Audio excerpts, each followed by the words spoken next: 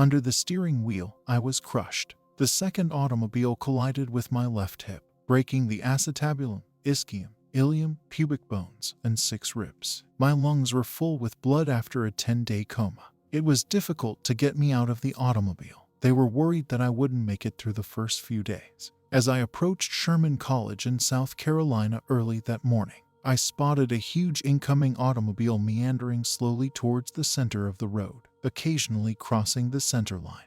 I continued driving forward since it looked to be under control. As we drew closer, I sensed something was seriously wrong when it drove right into my lane.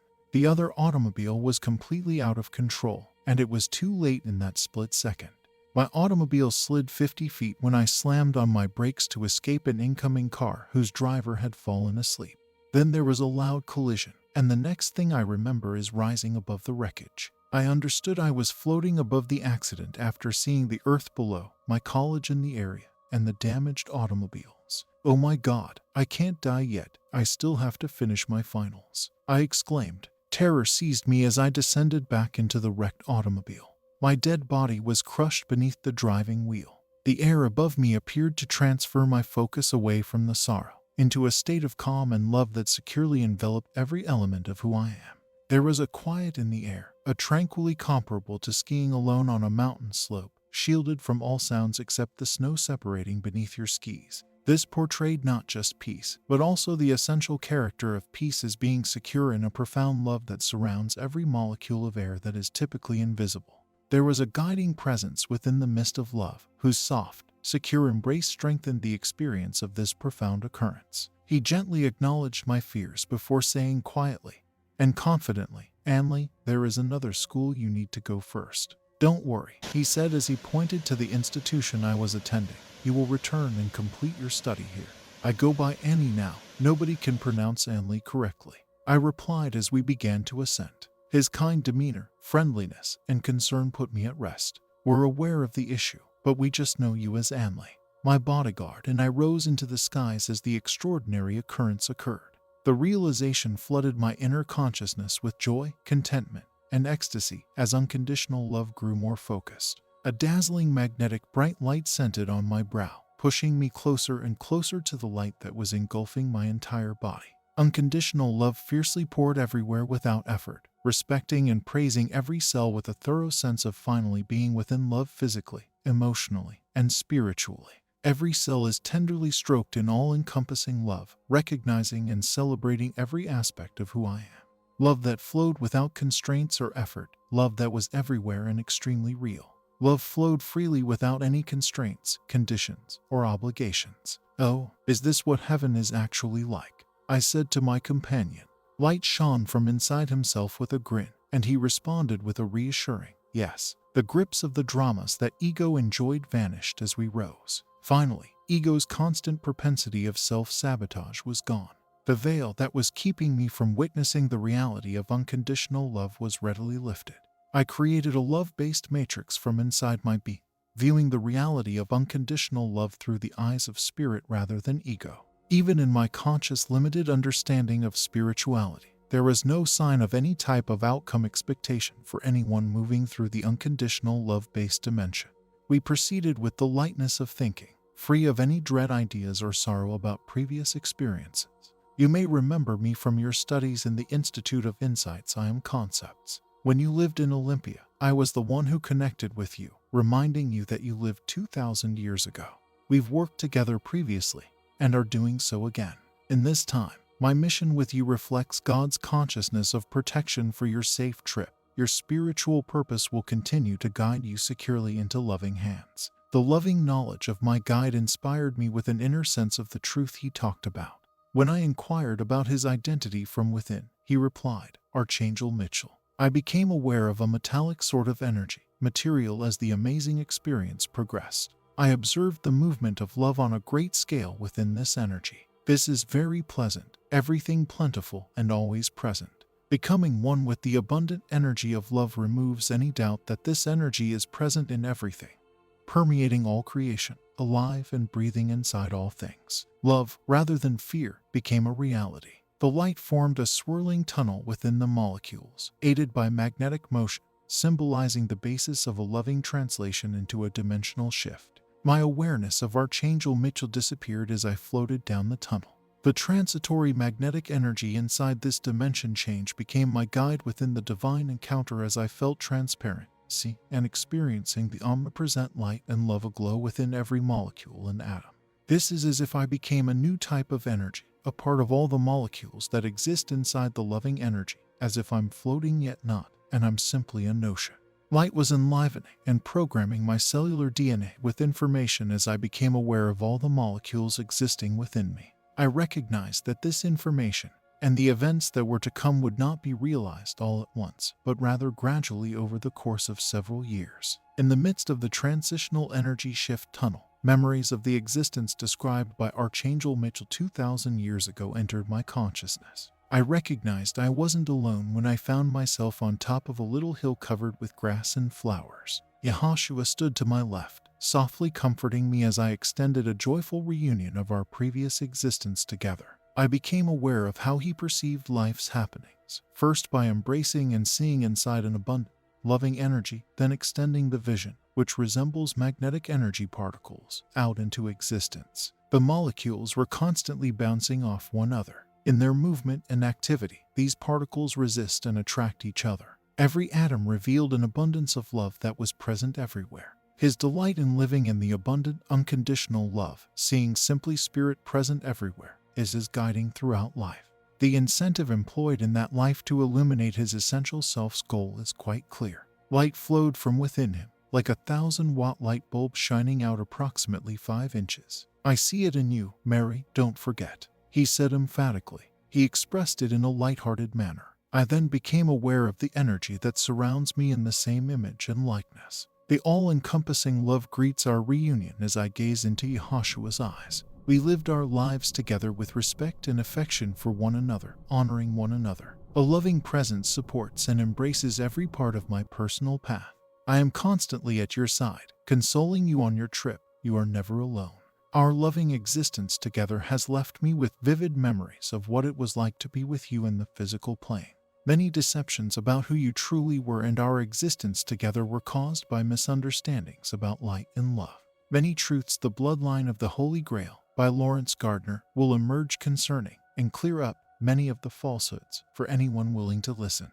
When you return, we will all offer you tools to polish your ego's delusion into the truth, which always shows love, not fear. Once the fear or guilt of tragedies is released, the reality of love grows into a creative matrix, embodying unconditional love. We possess the truth that is inherent within your image and likeness, that you are formed in her, his image and likeness, that of love, and not in any type of ego drama, that of an illusionary grasp that kept your existence motionless in fear. As miracles enter your living matrix, illusions fade, along with their seeming truth, as they were produced out of fear rather than love.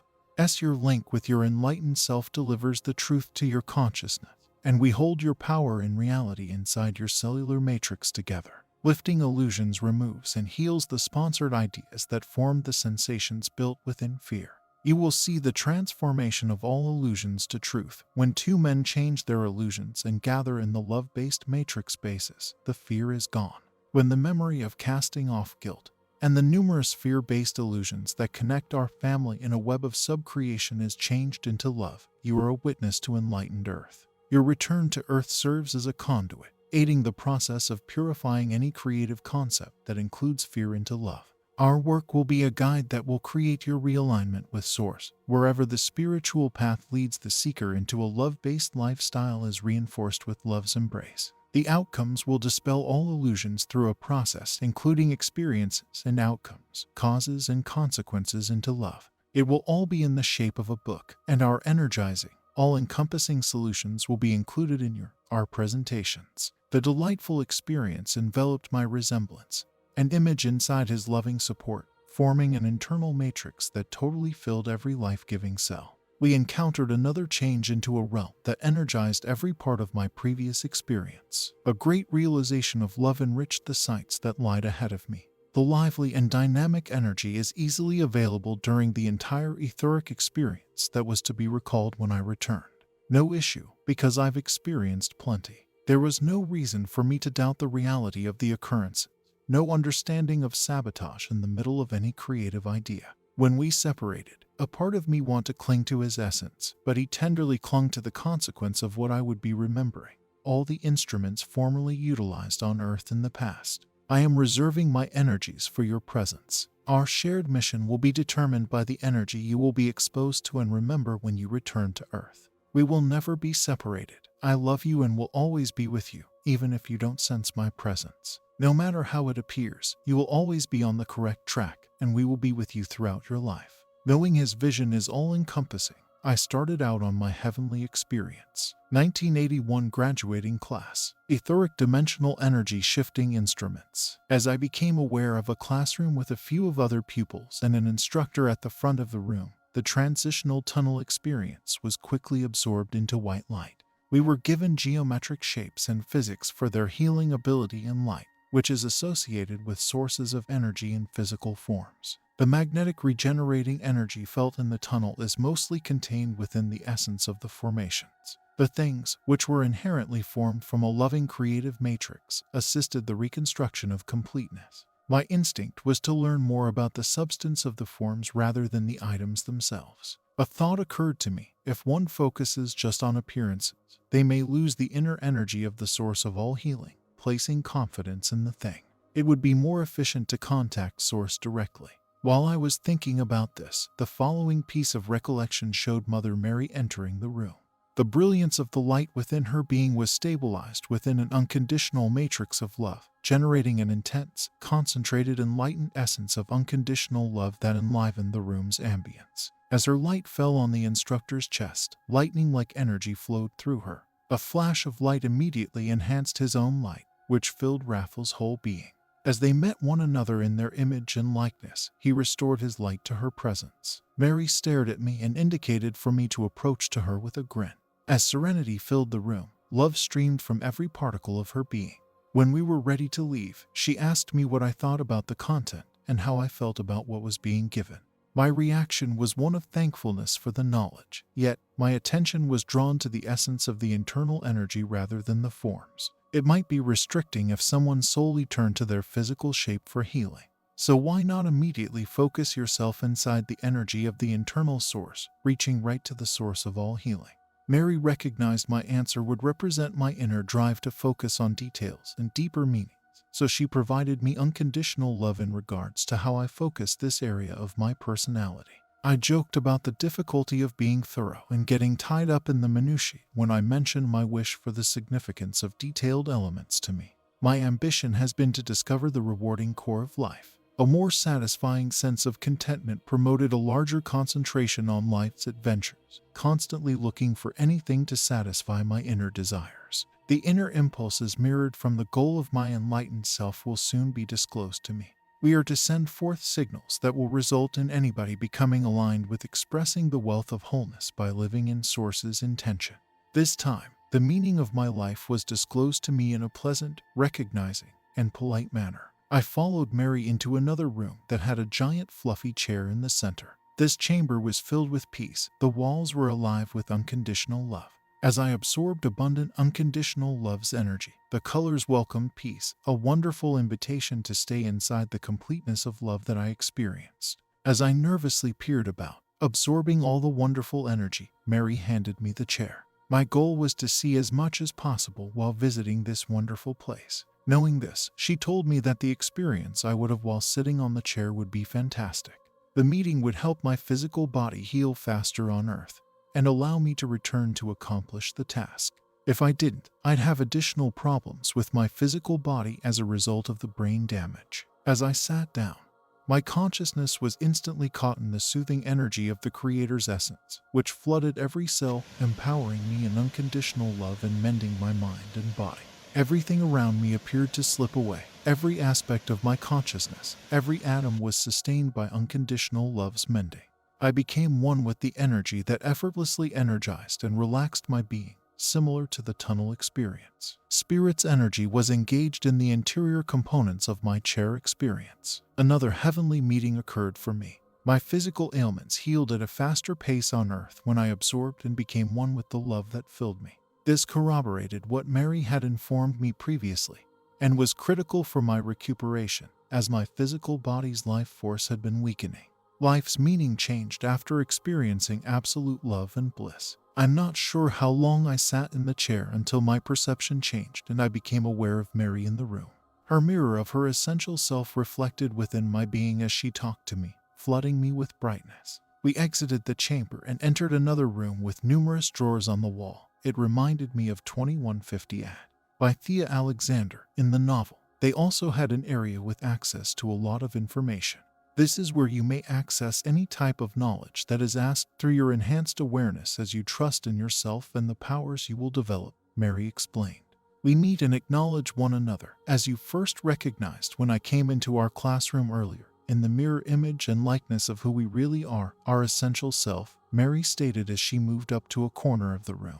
When you transmit this honor onto others, they will remember their great source as well. Those who want to transform their experience world of co-creation into the image and likeness of Source, creating within Spirit's energy, will create an opening into this dimension you are now experiencing.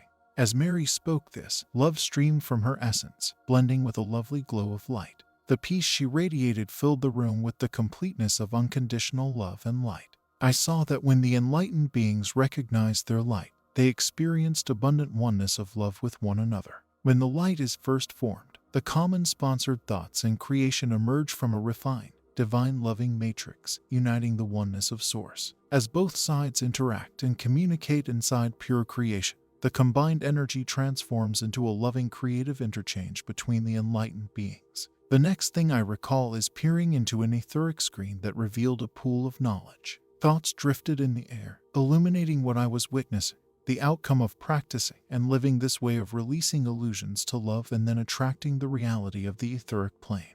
We concentrated on persons who were energizing and strengthening a freshly established reality in unconditional love. Focusing on one individual, he first concentrated inwardly within, detaching from any residues of dense creative limiting vibration energy drawn and utilized in ego's life dramas. From practice pulling light into his deepest being, which contained who he really is. Light source matrix was also inside his nature. His desire to manifest the light won out over the used fear thought system, which he no longer wished to be a part of. Shifting the two thought matrices happened at the same time, separating the circumstances by completely removing any strings of accompanying restricted ideas while holding onto the reality's light matrix at the back of his mind, being.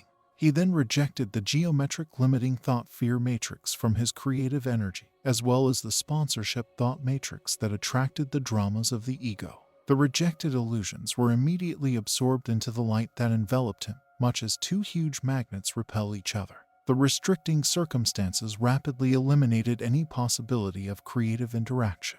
His mind absorbed the light matrix immersed in the truth of who he really is without hesitation. Any restricting codependent illusion dramas weren't in a creative thought form, matrix, foundation, knowing simply a purified essence of abundant love. He stood up, radiating peace and compassion, and approached another man, whose matrix was also emanating inner peace. They extended their hands to one another, enlightened in the foundation of abundant love and light. Extending the new love matrix to each other removed any fear exchanges. The fear-based systems that led to illusion dramas in the past were viewed from their developed macro perspective, elusive in obtaining abundant love for all. They gave each other enlightenment, love, joy, and peace. As the men held their hands out to each other in the light of oneness, they recognized pure creation inside each other. Ego's thick illusions had vanished into a bright white light. The events that resulted from practicing and experiencing the transitional energetic tools created their creative matrix in love, not fear. I was enthusiastic about how the tools would operate because they are simple to comprehend and utilize. "It's gone," I shouted. "They've all vanished. I can understand how simple this is, but I'm not sure I'm the ideal person to bring it to people's attention. My father was a carpenter from Olympia, Washington, and I plan to be a small-town chiropractor. You should hire someone else, perhaps someone prominent. Aside from that, I'm a little timid in front of a large crowd. There are others of your original soul who have incarnated into physical bodies as well," Mary explained, adding, "The personalities that spiraled off of your sponsored soul have their own function to complete the total perfection. You are the only one who can carry this specific message of our healing work. That is why you have been called." she added. You've always been on a quest to learn more about truth. Through life's events, your burning want for specifics catapults your ambition to advance beyond constraints, keeping you looking for solutions and establishing an interior guiding receptivity. When you return to Earth, this will be your link to our ongoing council. Personalities who are already renowned are regarded first because of all the acclaim they have achieved in their lives. This might make it difficult for some people to follow the advice. You are someone to whom others can relate. Mother Mary also told me that everyone here would be there to help and guide me. Enlightened beings instantly exhibited their light in our presence. When they all gathered, the space was filled with an abundance of strength. Do you recall Yahushua? In the original pronunciation, Mother Mary inquired. No, I don't, I said. At the time, my nascent mind could only take pieces of knowledge. The magnetic tunnel event was only recalled in light at the time. The messages were delivered in a way that I could grasp. They were never invasive or demanding that I understand everything at all times. You also know him as Jesus, Mary emphasized after Miriam.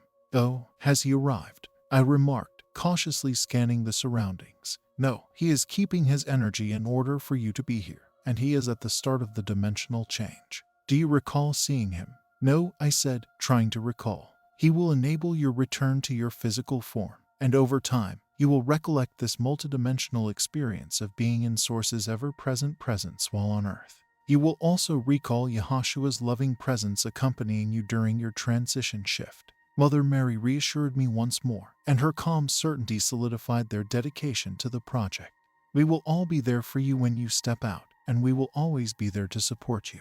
I saw her concentrated intention and guiding presence with me throughout the process, as well as another image of support that was led into my mind. There are numerous enlightened beings providing assistance in different ways. They were all seen in this same vision, validating and upholding her remarks. Thoughts came to me easily, as if they were floating around without any acknowledgement of their origin. Learning about neurophysiology in college would provide a sliver of support for the basic basis of the communication change, improving the etheric help that would flow through on several levels. Creation begins with ideas, and thoughts are always related with nervous system communication.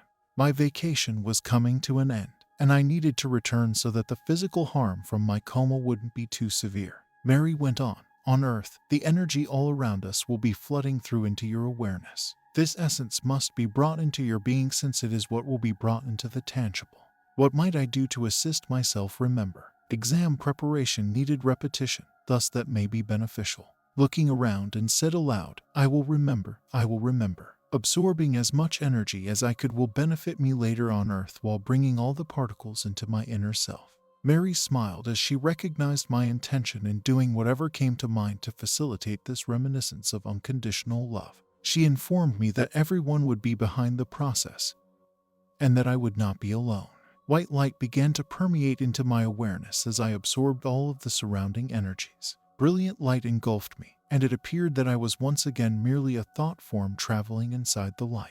Mother Mary would continue to provide knowledge to me when I entered the physical body for a few weeks, bringing the information into the physical reality, along with her energy and support. As I entered a room, physical density seemed to develop from the light just in front of me. The light that took me safely into this realm merged with the atoms inside the physical body, actively holding the light deep within. The air was filled with thought energy linked with different types of creation. It was difficult to put into words, but it was simply another shape related with the dense surroundings, which led to experiencing more than just a linear reality. Colors embraced the energy in motion, showing their particular qualities. It was evident how these qualities become supporting ideas by intermingling inside the bodily bodies, consciously unbeknownst to the individual. The assistance from heaven's dimension looked to be overcome with all the possible dimensional confusion, leading to forgetting heaven, quite a difference from the tranquil mood that had just been experienced. There was light streaming through, just enough for me to see the enlightened self of a couple of powerful people. Anxiety, dissatisfaction, and sentiments of concern, as well as apprehension about what might happen next, were all observed in the air. It was odd to witness this seemingly different form of the actual body from where they originated floating around in the air. Memories of unconditional loving love, light, and loving assistance persisted in my mind. My excursion to heaven ended abruptly with the neurologist crying, "Anley, come back. It's past time to get up. It's time to return." "I don't want to," I sheepishly said. His initial reaction was relief, and I watched his spirit swell with excitement at being a part of my homecoming. His relaxation was much appreciated, and tranquility and calm existed inside his essence as a consequence of completing his obligation to serve humanity, which resulted from exerting his maximum potential efforts. The spiritual experience is still functioning in the etheric realm on a cellular level, but consciousness has constricted into a restricting concentrated physical intensity. Subtle memories established within my etheric physical, spiritual essence of potentially active contact with Source, Self were carefully kept and profoundly held inside my being. The other beings were still visible to me, as if in a dream. Although seeing in both dimensions was perplexing, I was able to see the enlightened selves of individuals who had physically gathered around me in the hospital. Confirmation and comfort temporarily overshadowed the uncertainties and suffering of being in the density and complexity of the earthly environment, as I recognized that one of the doctors in the hospital was one of my heavenly professors, a loving escort who stayed by my side as my physical body recovered from the trauma and cerebral injuries caused by the coma. Our interactions serve as a reminder that the physical encourages us to forget who we truly are. His mission on the terrestrial plane was to aid in bodily recovery, which required him to remain incognito. He assisted in restoring the neurological system's health to its full capacity. How appropriate that one of the dimensional shift experiences teachers is here to help repair what will be a component of the basis, the paradigm of our dimensional shift experience, neurology. When I came to, he asked whether I knew anything about botany. He was startled when I replied no, since he had heard me taking to myself during one of the stages of recovery from the coma. He heard a full descriptive appraisal of the photosynthetic process as he walked up to where I was. When he inquired, I explained that I was a tomato plant going through its natural cycles,